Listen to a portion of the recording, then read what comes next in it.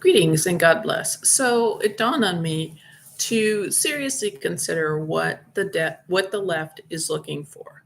So, ever since I was a kid, I was told humans are harming the planet by existing, and then as I got into the progressive liberal movement, humans are a cancer on the planet. Humans are a cancer on the planet. Don't have babies.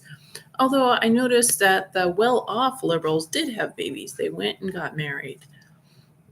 The progressive liberal rich elite kids, did go get conventional jobs, although they were into Marxism and communism and left agenda and still are. And, I came from blue collar life and, upbringing or whatever.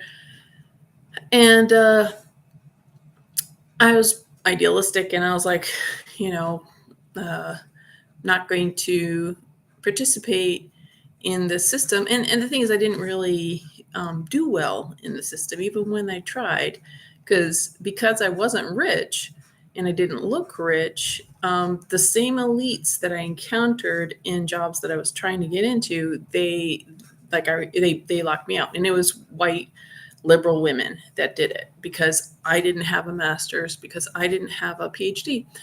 And that's this warfare, this class warfare that's going on. I heard that the reason why Martin Luther King was shot was that he was going to talk about classism, because the issue really is classism. It's not racism. Because if you put anybody, whether they're trans, whether they're a person of color, whether they're disabled, if they're a multimillionaire, they're not doing social justice. They're off in Acapulco. They're off with prostitutes doing cocaine somewhere forever. It's like these folks, they're only doing social justice media stuff because it makes them money. It gives them power, that they can't get otherwise.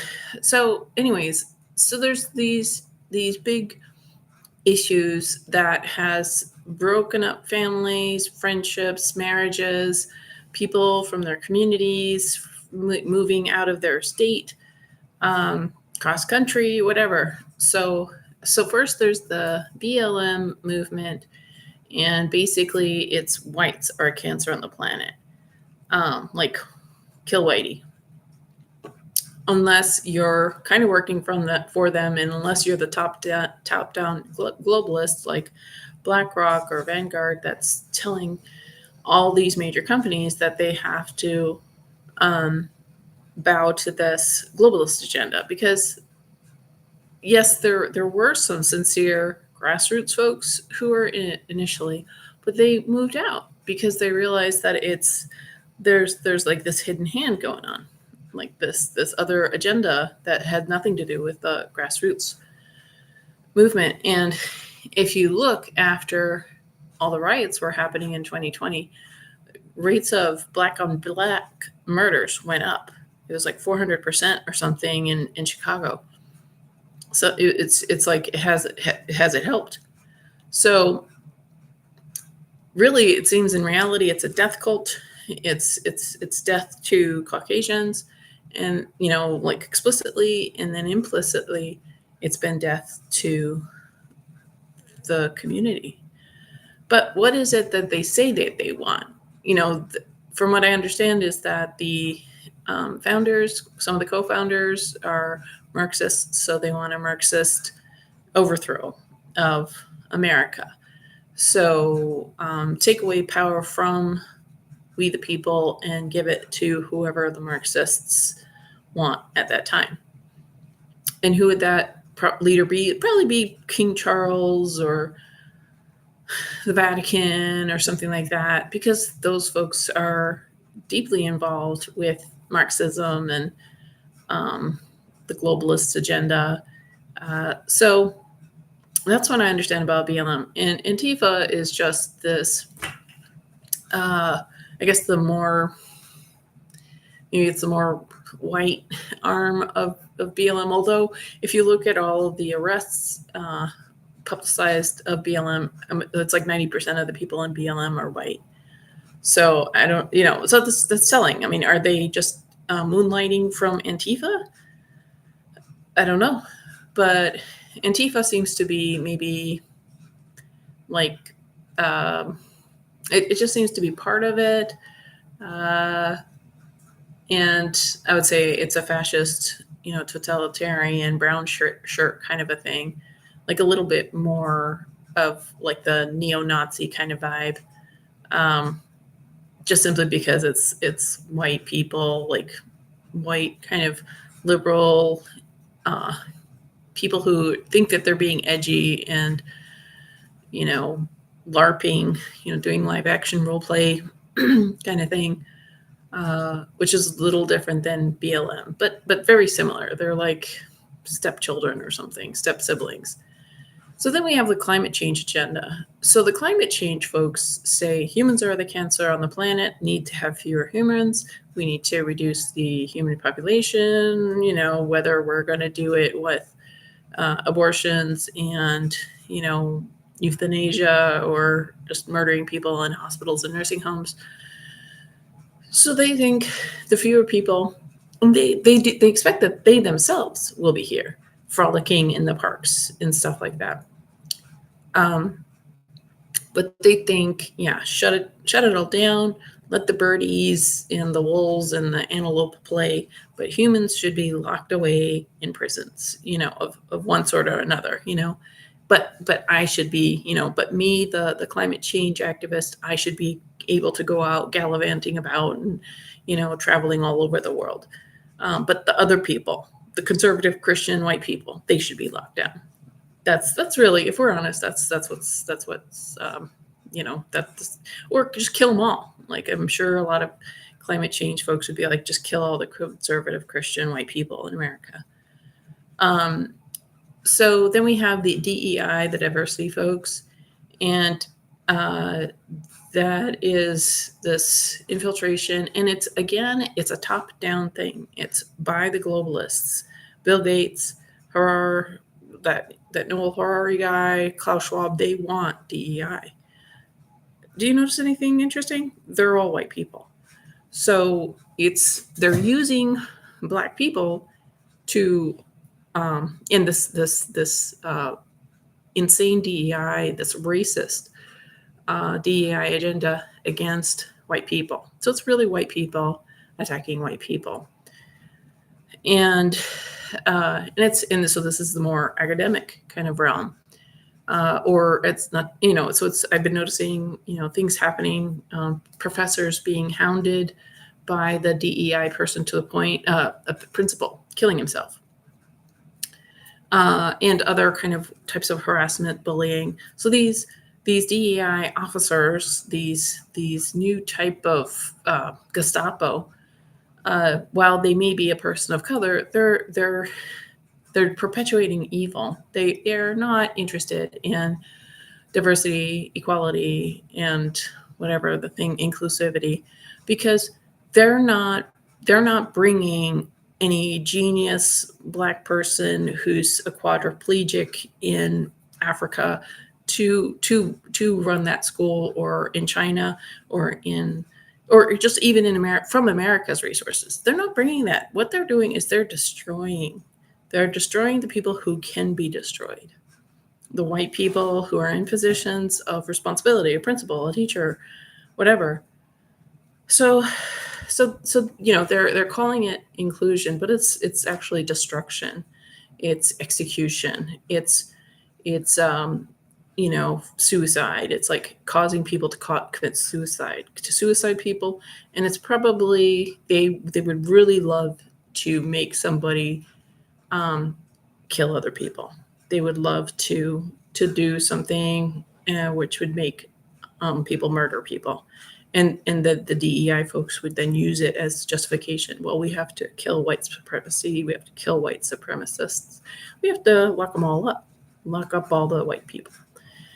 So then we have the critical race theory, which is kind of a similar thing, but it has a little, it's like targeting the children.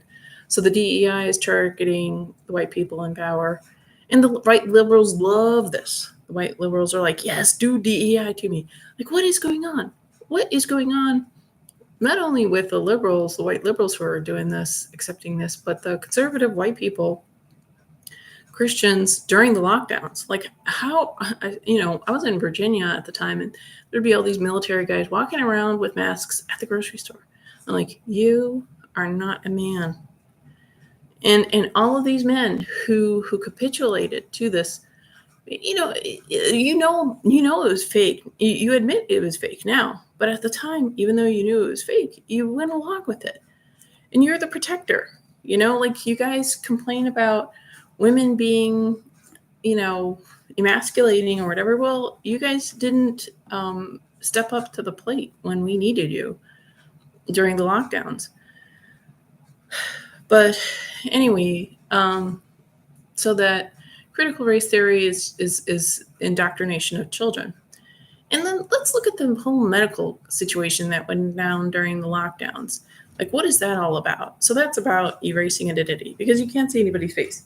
Not only is it erasing identity, like, of just normal people, but it, like, who walks around like this? Who walks around like this? Like,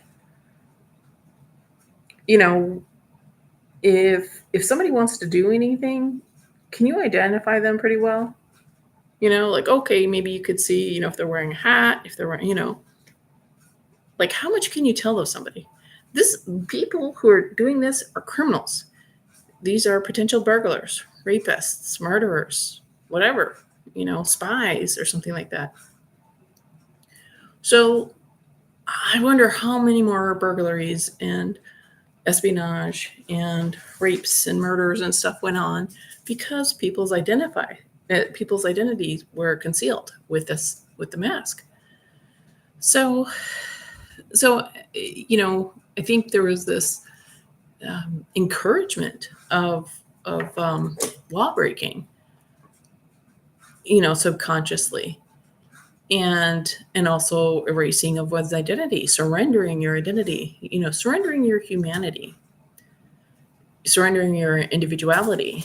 And for me personally, I couldn't hear anything, and people were like talking so soft. They were whispering and wearing a mask, and then we had this plastic shield, and maybe there was this other thing, and I'm like, what is going on? Are you trying to make it impossible to operate in this world?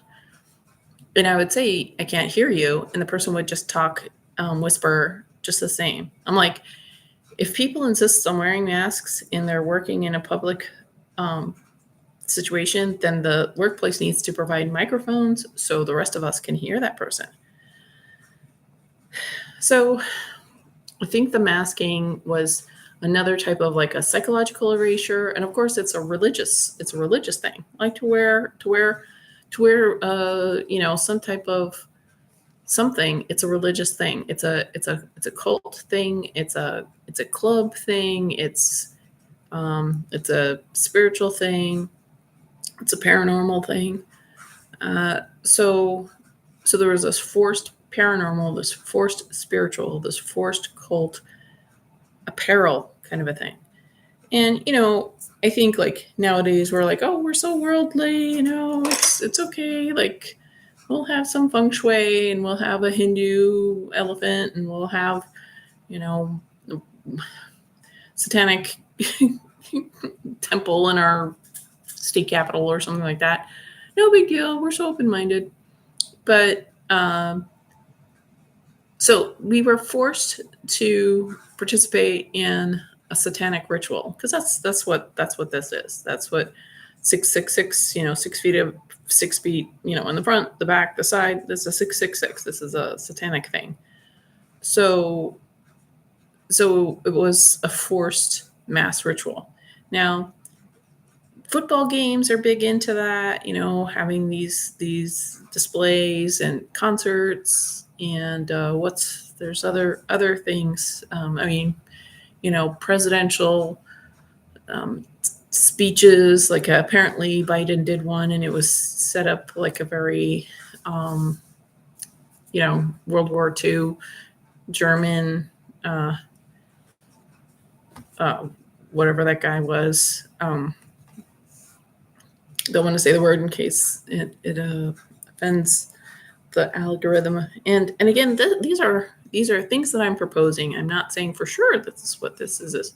That's what these are. But I'm wondering, is that what the end goal is? So let's say we're done with CRT. It's a programming of children, and then speaking of like the trans agenda. So that's a great moneymaker for medicine and so-called medicine. It's a new growth industry because cancer probably wasn't being as profitable because people were eating healthier. Diabetes, same thing. People are like, okay, I want to reverse diabetes, but you can't reverse a sex change operation, can you? You can't reverse never having had puberty, can you? So you can't reverse the tremendous damage that having your whims be acted upon when you're 2 years old, or what your teacher told brainwashed you that you wanted to do. So this evil industry, this growth industry, is like, oh, so we can have lifelong patients, really wrecked people, come back to us, and it's going to affect their parents, and it's going to affect their siblings. They'll need psychiatric meds. They might get cancer, they might get diabetes. All this stress. We'll get a lot of profit from that, from chopping up little kids. So it's really profit, and it's like creating this new population, because I'm sure clearly there's trans men and trans women. There's men and women who are identifying as the opposite, who are having kids, but it's not a huge amount of people, and so they want for some reason, by any means necessary, for some reason they want their population to grow. And I'm like, well, what's it to you? Like, what's it to you?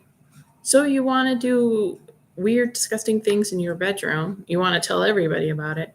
Now you want to bring in children into the mix. Why?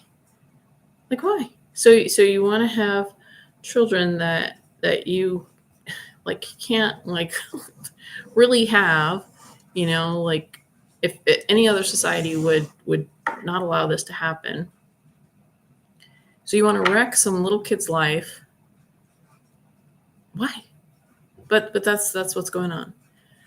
And it's like these like all of the this all of these different inroads, like the phrase "the road to hell is paved with good intentions." Like, that's what all of this is saying. Like, everybody supported this, that, and the other thing because just oh, save the whales.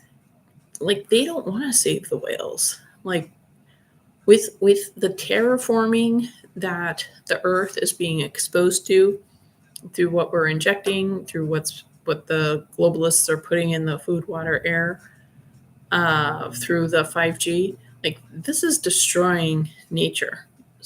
All these like whales wash up on the beach, and dolphins and fish and birds die, and all sorts of other things happen. They've got directed energy weapons. They've got HARP, like this kind of vibration thing that messes with the ionosphere and can cause different severe weather events. Like, the globalists do not care about the whales, nor do they care about the poster child of the month. Like, they just care about themselves and some sort of like power and doing what Satan says. But the leftists don't think this is possible. What I think is so interesting is that the leftists hate God. They think God is evil. So on one hand, they're like, they don't believe in God. On the other hand, they do believe in God and they think he's evil, so they want to hurt God. But and it's like there's no logic, because people know there's a God, and if only people would look into it, look into their questions about God, and God is strong enough for you to look into his motivations, like what happened, why. But people don't bother. They make these grand assumptions that they think they know the mind of God, even though they haven't read the Bible or listened to any Bible studies or contemplated it. And they're blaming God when it's a different culprit entirely. Like, who they're mad at is Satan. And they're, by their willful ignorance, they're doing Satan's, druthers. So, anyways, what have I missed? So we have the climate change, global warming, the whole medical thing, terraforming. I mean, so what these folks who are doing these multi-pronged attacks, this type of warfare on America, and I would say Europe, is so they claim that they're doing social justice, and they claim that they're here for equality and saving the earth from what humans do, like by living on it. And I think I don't even think they're really thinking about it, because there's no way any kind of idyllic society can emerge after riots and looting for years. There's no way an idyllic society can emerge after being forced to let your body be violated because unqualified illegal people were saying we have to penetrate your blood-brain barrier and break it, and we have to penetrate your skin and put things in your blood, and you got to suffocate yourself. Like, nothing good can come out of that. Nothing good can come out of forced oppression. The only way anything ever emerges out of something like that is when people take a stand and they say no. Like what happened in Russia, I believe, the USSR. The end of the USSR was very quiet. It was nonviolent, and it was just because people said no. The Berlin Wall came down without a shot being fired. And I wonder, I'm thinking something like that could happen here, but people are so, like, I think we're in a communist system, like, without, and it's just dawned on me right now, because everybody is waiting for their paycheck. They're waiting for their pension. And so all these people who would otherwise opt out of all of this stuff, they're like, but I got my pension. I'm only a year away. I'm only 2 years away. I'm only 10 years away. They hate their job. They hate this hypocrisy. They hate this satanic agenda, but they're like, my pension, I'm just so close. I can't let it go. So I think that's what it is. I think all of these people who are still in the system that would have leverage and influence are maintaining it because they're waiting for their pension.